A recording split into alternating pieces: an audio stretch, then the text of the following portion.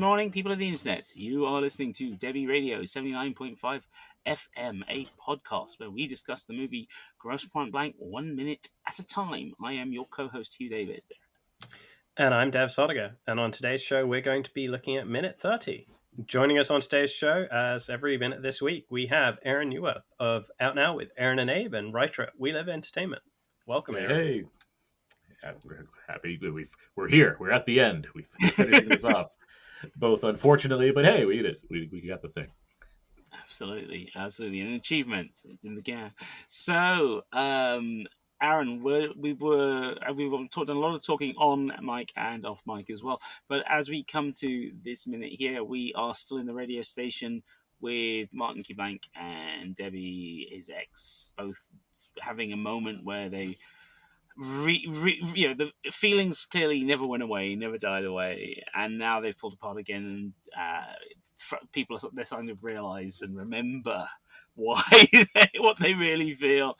I said a few episodes ago that this is the point in the film where the romantic comedy elements come to the fore, and they are played as if this film had always been a romantic comedy up to this point. This film takes the moments which we could label as genre moments very, very seriously.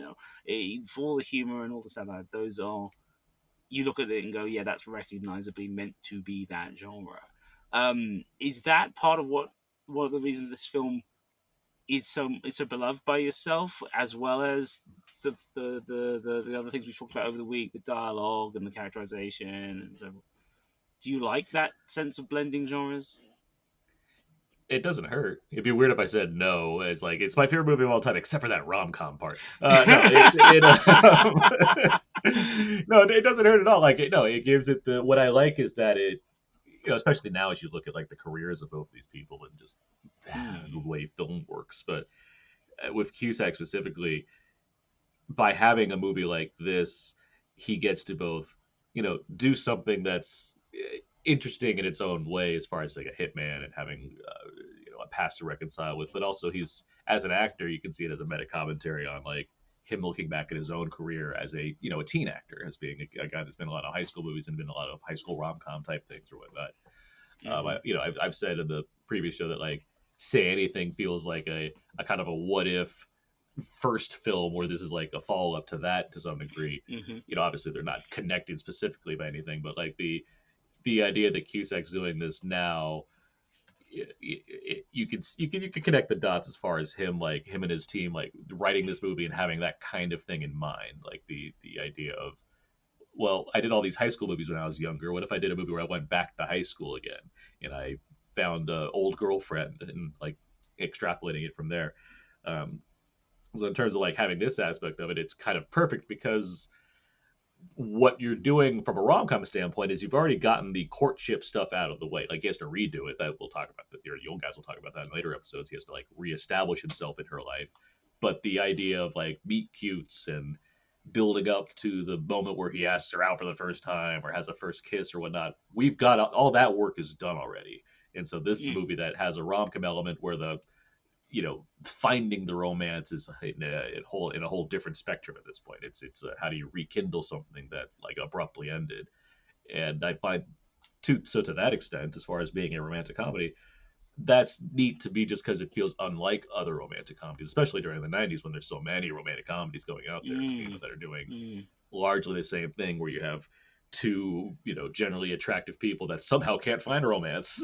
This is a movie where like that stage is over, and now it's just like these two people who are too cool for school and the way that their personas are, like what happens when they get back together again? Like what are the challenges there? What are the obstacles? So no, I enjoyed that aspect of this movie for sure, and largely because it's subverting it in its own way. Cool. Dev? I find the way that this, and this leads into kind of the next couple of minutes as well, but the way this scene gets broken up by Martin leaving and then coming back in, really, I don't know, weird and disjointed. Like it kind of gives everybody this moment to breathe in the scene. But it also, like I can't think of other instances where you've got this like the two main characters of a film interacting like this, and one of them just leaves, and then 30 seconds later comes back, like for for no particular reason except to bail on this entire conversation, to opt out of the conversation for a minute. It's a very strange structure, and I'm kind of curious how they came up with it. The closest I could think is like James L. Brooks movies. Like there's something there where they're not traditional rom-coms either. It's something like Broadcast News or As Good as It Gets, where the characters are, because they're smart people, but they like, they're dumb at love. Like that's kind of like the idea of a lot of his movies, right? And I think that's not something. It's not specifically structured in the same way as a scene like this, but I do think there's stuff like that in those movies that I wouldn't imagine that they're not calling on to some degree, as far as characters that are like, we're having an argument or we're having a conversation. All right, let's move on over here. Okay, we're back to the conversation again. Like there's like wordplay that I think like James L. Brooks movies, I think they kind of like know how to play with that kind of notion. That's the closest I can think. I agree with that. Yeah, no, that makes a lot of sense. Specifically structured that way. Yeah. No, it is a very different thing to what we would normally expect at this time in this place. I am just having a quick look through the fourth draft script to see if any of these ideas are actually on there. So it is on the page. They Martin, while I'm in town for a few days anyway, they run out of words the moment too big for small talk. Martin gets the fear, breaks it off. And I like that. They're making it his fault. He left last time. He's doing it again. Yep. And it then says, Debbie says, okay. Martin leaves Debbie sitting alone in disbelief. So I like that. I like how it brings us back to Martin's issues and Martin's problems and everything from the appointment with Dr. Oatburn, and we've now got the backstory with the parents and everything, and now what we're getting is the backstory with Debbie. And we also get to hear Debbie's inner thoughts on this, right? Through the radio. Yes. Like she's kind of breaking the fourth wall here and just straight up talking to the audience about what's going on in a way that works so very well, considering it's quite a trite formula at this point, but it's still. It's a good way to get at him because she can. She has the power at this, or she's trying to assert the power at this moment. Mm-hmm. Because from her perspective, especially, it's like, who is this asshole? Like, you left me on prom night. You come back in here. You like invade my space uninvited. You kiss me, and then you like say nothing and leave. Like, fuck this guy. Like, this is nonsense. I'm gonna call you out on the radio right now. And then you guys will talk about it next week. But like, I'm gonna get other callers to call in too and like give you some shit. Like, it's such a mean. Like, from her perspective, it's like. Yeah, this again with this. Like I'm trying to get over all this stuff, and you're like coming into my life and being ridiculous right now. I don't need this stuff. Yeah, and you're right. It does turn into a kind of trial in the public forum, right? Like, yeah. Interestingly enough, the way she delivers it, the dialogue she delivers in the film, is I think better and more thoughtful than what they give her on the page, because the whole bit, she makes a Rod Serling reference. Right on the page, and this idea that it's an apparition, a time warp, it's weird. And actually, I like how the version she is, the time warp element is the I'm all hungry. Anyone hungry? The next 5 callers will get a breakfast from. Like you were back in small town time, and she's kind of like, let me just ground myself in here because I'm going off the complete tangent, and most of the listeners probably don't care. So let's get back to it. But at the same time, he's out there, and he's listening, and you can see he's listening at the same time as he's looking at the feds. And I love the fact that the feds, the NSA guys, I love the fact that they're almost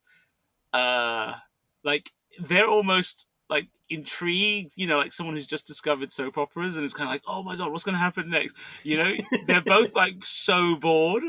Yeah, they're like, oh, what is going on? What is I think doing? There's also the disbelief that a character like the character that they are, hunting for has this kind of relationship with anybody is also exactly. part of it. I mean, I do kind of wish there was a Rod Serling reference in there just for the sake of Rod Serling, but Of course, a lot of this stage of the script reads very much like an Ian Fleming novel, right? With all of the product placements, and I think Rod Serling is another one of those where they're just trying to be a little bit intellectual. They're not calling it Twilight Zone because everybody says Twilight Zone. They're taking it a step removed and they're just citing Rod Serling. Yeah. Yeah. The line is, it felt like an apparition or some cheap, gruesome Rod Serling time warp I'd been thrust back into without warning. Yeah. There's a strangeness in the air, and I don't mind telling you, I'm a little spooked. And then the bit that it's dialogue. Like it works for it is. You can see Minnie Driver, Yeah. For one thing, it's a bunch of guys writing for a woman, and it's like yes, true. Good point. That's not saying it's beyond Minnie Driver to make a Rod Serling reference, but it's also like put it in her hands. And the point of the scene needs to be the point of the scene. It's like we can do the dialogue, or we can do like what would my character say? I'm sure is what he's working on with Cusack in that moment, to what they rehearse and everything, and so that's what's coming out of it, which is why it plays better on screen because you have the actors that are actually doing it. Yeah, I suspect this is the take is probably one of those ones that Armitage said, "Okay, what would you do? Go nuts, do your thing." Yeah, because she comes back to the actual dialogue at the end when she starts talking about a man from the past, a man, and all that. So it feels like a riff on what she had. But again, the joy of the film, what they built in the edits, it feels like this incredible sum greater than all the parts that go in. It's I think that the script as written is very much this is a woman in love with a guy, and the way that she plays it out on radio is much removed from that. It's much more about just a shadow of the past rather than the relationship element. And I think this speaks to the a bunch of guys writing women's dialogue when they're not necessarily that good at it kind of piece. Yeah, I mean, on the whole of the film, I do think whether they cast Minnie Driver or not, the fact that they got somebody that could just embody what this person's supposed to represent for them, I think shows here. We're like, we certainly have the idea down that these were two cool kids in school and they just stopped all of a sudden. Now they're back together. But what does that actually look like?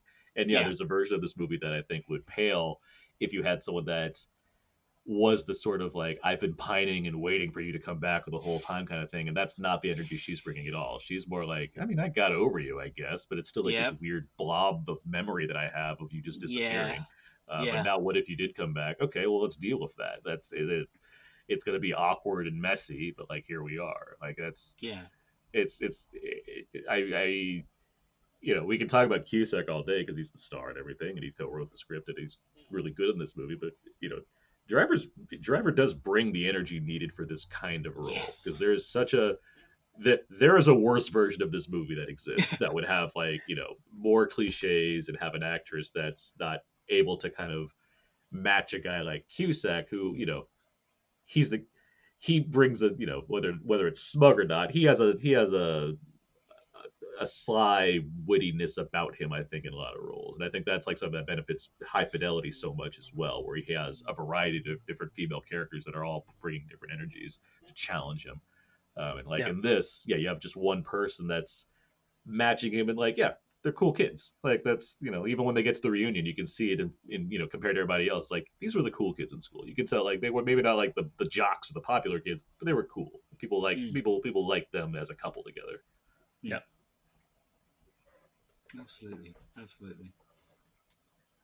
Also, this whole scene, Pressure Drop is playing by the I like the specials a lot, and it's such a it's not entirely on the nose, but it is fun to have of all songs, Pressure Drop is the song that's playing as they're having this weird awkward energy together the whole time on screen. Yeah. No, perfect choice.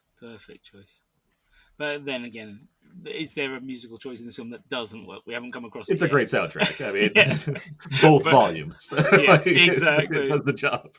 We're half an hour into the film, we still haven't found a track that doesn't fit. It all fits. It's perfect. Absolutely. I saw Guardians of the Galaxy 3 over the summer, and the big sequence is "We Care a Lot" plays on the soundtrack. Yeah. And I often get like weirdly protective about songs and movies that I've heard in other Mm-hmm. movies, where it's like that's the Mm-hmm. gross. You can't. That's a Grosse Pointe Blank song. Like, that's, Yeah, absolutely, absolutely. it happens anytime I hear like "Where's My Mind" and anything else that's not Fight Club. It's like you can't do Yep, that. That's not absolutely allowed. right. No, absolutely right. Absolutely right. Fincher owns that one. You know, the Pixies did it best. Full stop. No, absolutely right. There's certain. It is the art. Is to make sure that if you're going to use music that we already know, you have to link it to the visuals and the moment in the plot and the timing and the characters. All of that. It has to be just so, absolutely just so, for it to then embed with us who know the song already, or for those who're encountering it for the first time. And I sometimes think that the 90s was, because in the 80s is where you started to get more and more song-based soundtracks, Yeah, particularly.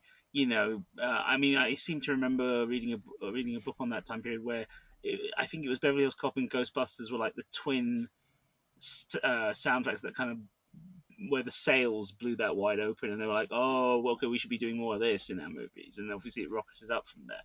But then you also had the whole, but then you had that Levi's jeans, had that brought back 50s style stuff, and suddenly that was also a thing to put into the movies. And I feel like by the time we get to where we are in the 90s, there's so much more room for a greater variety, and I don't think anybody does it quite as well as this. And I feel, and that's including Tarantino, who made that whole indie humor crime film thing with these unusual music cuts. He put that on the map to a certain degree, but I honestly feel like, for me, I've probably listened to the soundtracks to Grosse Pointe Blank and Go more times than I've listened to Pulp Fiction by a long shot. I know Pulp Fiction well enough. I know the tracks. I enjoyed it. The repurposing works. But I think Go and 1-2 Punch of Go and Grosse Pointe Blank, I think those are just much more varied, much more interesting. I like that you're a big Go fan. I like Go a lot. Go's a good movie, but you Well, brought up Go multiple it times. just That came up. yeah. I was been talking with it with my co-host for one of the other podcasts I used to do, and we were just talking about it the other week, because it came up in a very different conversation. But it's starting to. We're going back and looking at certain films and realizing not just how well they hold up, but you know, taking greater attention as to how they were put together and why they hold up. And I I and mean, I I would agree with that, but I would say, I mean, I've listened to Pulp Fiction and Jackie Brown and Reservoir Dogs oh, soundtracks before, Jackie and I will Brown's like, but like immense. the greater point that you're making, which I agree with, is that by this point in the '90s, you have, and it's not like it's completely new, like Scorsese's doing it with like Yep. Mean Streets, but like Oh yeah, Mean Streets was, yeah. or like Lucas with American Graffiti, but by the '90s, because there's so many different eras, you have a disco era, you have a '70s rock era, you have '80s music as a whole, pop music. You have auteurs now that are structuring so many films based very specifically around how to curate albums on either childhood memories or things that you can directly associate with. Where that's, I mean, you look at movies now, and it's not like there's, if you're making '90s references, it's like, it's not the well's not nearly as large to draw from Yeah, for true. specific kinds of things and the ways that you can get from Motown music or Yeah, R&B hits or soul or funk or disco or rock or what. Like, there's so much more to draw from at that point. And that's what this yeah. movie obviously is. It's a high school reunion movie, so it wants to.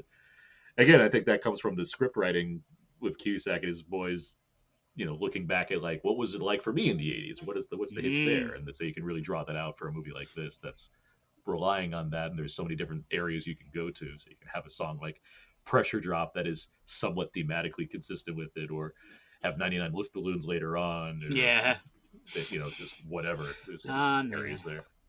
Yeah. No, absolutely, absolutely. It is the heart of it, and it does seem to. You're right about doing a film now that is set in that time period, and how it doesn't seem to work quite as well. Because what we're starting to see at that point in across the pop music business is the absolute, like, even more than the previous 20 years, the fracturing of tastes and the micro tribalism is developing, and Yeah. people, this group have this set of hits that they really think matter, and that, like, the clubbers are all about a higher state of consciousness, or whatever. And it's like, then other people are like, yeah, but I'm all about that girl pop that came about at the time, or the grunge bit, and it's all starting to fragment. And so it's actually a lot harder now. And in fact, I think the one guy who knows how to do it, regardless of when his films are set, and who always surprises me and always entertains me with sound like is Cameron Crowe. Cameron Crowe is one of the greats when it comes to music for sure. He absolutely knows how to hit the time at the time when it's happening, which is that's an interesting skill set actually when you think of it. Because like I look at other directors that have great soundtracks, and it's usually rooted in the past, right? Even like Edgar Wright isn't like one of the more recent ones. It's like it's great soundtrack to the movies, but like it's always rooted in stuff that's from a different time. Where Cameron Crowe is a very of the moment kind of soundtrack filmmaker, which is interesting. I think, I mean, I always enjoyed this stuff, but I mean, I think it's no surprise Cusack worked with him. I think, Cusack certainly had in this time period an affinity, as we were saying in our previous episodes, not just for choosing good scripts, choosing to work with good directors and good cast, but it's also the music seems to go along with that. He always seems to be in films in which, whether he's producing them or not, music is a key. And I always associate him like with a good soundtrack, if that makes sense. I mean, High Fidelity is a soundtrack I listened to plenty of times. I mean, that's a great soundtrack. Oh, so much it's good. By the way, as far as like music, trying to call back to a previous time for movies of today, it's gonna be nuts when we get to like 2040. And we're trying to reference like 2010s music, and it's like, wait, so what's that nostalgia gonna sound like? No idea, because I got nothing for that. A lot of Taylor Swift, I guess, on the soundtrack. And again, that's only going to be for some people, right? Like, exactly. You know what I mean? Yeah, it's very different. No, that is a really good point. It's going to become all like very, very much specific to certain niche audiences rather than the broader sense. And it does feel like this is an era that we're moving away from. So it's kind of hard to do, which is a shame. I often wonder if actually it's going to be sort of like musicals and things, because there's been a resurgence in theatre and musicals, and there's a resurgence, and so many of the younger people I teach often come across things that we would know as films because they've now been turned into a stage musical. And they hear the soundtrack. So I wonder if that might be in terms of like what's popular. Sure, I mean, for all we know, like way of westerns will be super huge in 2049. But like as far as the music they're using to evoke a certain time period, it's like I don't know what to expect. Kind of like we just because like 80s. And I'm not even like I wouldn't even consider myself a huge 80s music guy. There's stuff I like. I'm more of an alternative and rock kind of guy, so it's like okay, and that's why I was obsessed with the Violent Femmes after this movie came out for a while. But like that you can still call to specific songs and whatnot. Like you can define the era by that music, and you can define the 90s by, but it's like it just maybe just because I'm too close to because I'm a 90s kid myself. It's like. Is it just weird to hear like certain 90s songs being used as a reference point for a time period in the same way that the 80s or the 70s are so specific in what you're hearing when you hear those kind of songs? Yeah. Granted, the music was also probably better with those times as well. Like it's not like you hear many people. It's like, oh yeah, they're the Beatles of the 90s. I don't know who that would be. I don't like. I could not tell you. Or Oasis, right? Like, and that's what they want to be. But you know what I mean in terms of like actual like reverence for that band to that great extent. I don't. Like there's no Rolling Stones of the 90s that's like that amazing, right? I mean, I think also it doesn't help that a lot of the stuff in the 90s that makes the impact doesn't last. I mean, like a lot of people, so intense. You'd argue that that's what the 80s was, and then it's like, well, now we're in the 90s. Yeah, well, I was thinking of Nirvana. I was just thinking of the fact that I knew some of the sub pop bands at the time. I'd listened to some of the proto grunge stuff, but I can remember this was my third year at university, and I'm in digs outside Brighton. And my friend Sean, who to this day is still my big music is the thing we met over and we're passionate about.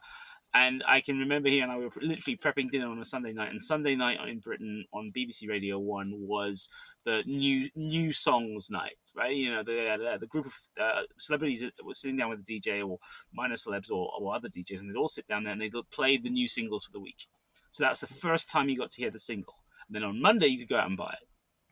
Right? And then that's when the charts the numbers start happening. So it was always a kind of pre-release, let's build up the interest. And I can still remember just hearing, Come As You Are, just that first riff. and just going, what the hell? Nobody does this sort of thing on Radio 1. We hear this on local indie radio and stuff, or I'd be playing it on a university radio. And I just remember thinking, this is great. They're not my favorite band by any stretch of the imagination, but I understand why they hit big and it made an impact. But they burnt out and it didn't last.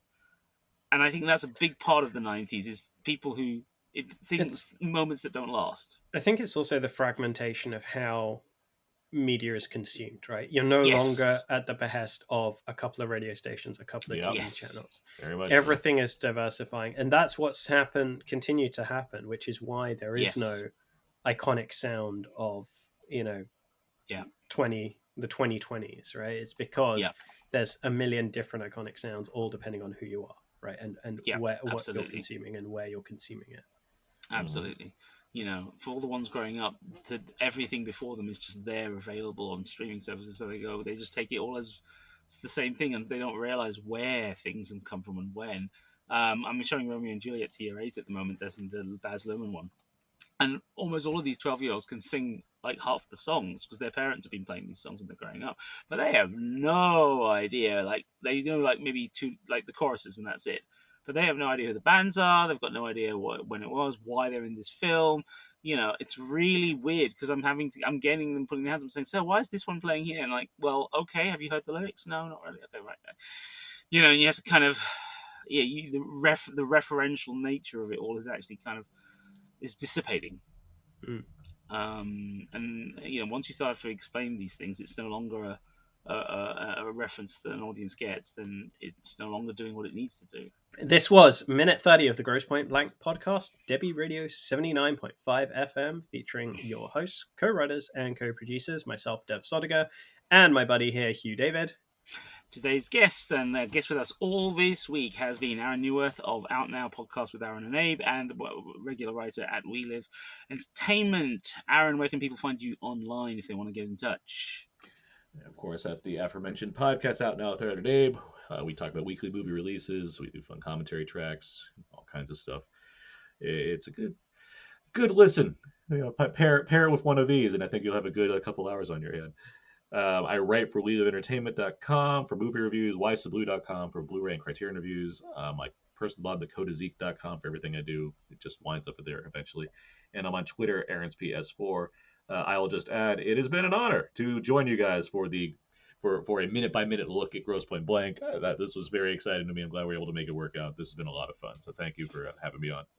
It's been a blast having you on. Thank you for joining us. Absolutely brilliant. Absolutely. Thank you very much. Indeed. So you can find us at wherever you are already listening to us or watching us, all good podcast players. Also, that you can watch us and see the video version at YouTube. Check us out on X and Spotify. In all cases, we are at the handle Debi Radio, spelled DEBI Radio. Also at our website, debiradio.com, and for all of those, it's DEBI Radio. And if you want to talk with us, you can join us on our Facebook listeners group, which is Debi Radio 79.5 FM Fan Club. Sure was clear that all of this was new. Concentrating hard like a little girl, smoking for the first time.